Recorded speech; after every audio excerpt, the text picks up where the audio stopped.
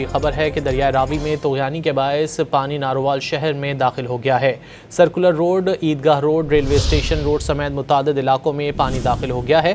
سیلاب کی وجہ سے شہریوں کو شدید مشکلات کا سامنا ہے۔ پانی داخل ہونے کے باعث علاقہ مکین اپنے گھروں میں محصور ہو گئے ہیں۔ ابھی خبر ہے کہ دریائے راوی میں طغیانی کے باعث پانی ناروال شہر میں داخل ہو گیا ہے۔ سرکولر روڈ، عیدگاہ روڈ، ریلوے اسٹیشن روڈ سمیت متعدد علاقوں میں پانی داخل ہو گیا ہے۔ سیلاب کی وجہ سے شہریوں کو شدید مشکلات کا سامنا ہے۔ پانی داخل ہونے کے باعث علاقہ مکین اپنے گھروں میں محصور ہو گئے ہیں۔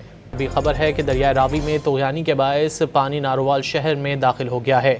سرکولر روڈ، عیدگاہ روڈ، ریلوے اسٹیشن روڈ سمیت متعدد علاقوں میں پانی داخل ہو گیا ہے۔ سیلاب کی وجہ سے شہریوں کو شدید مشکلات کا سامنا ہے۔ پانی داخل ہونے کے باعث علاقہ مکین اپنے گھروں میں محصور ہو گئے ہیں۔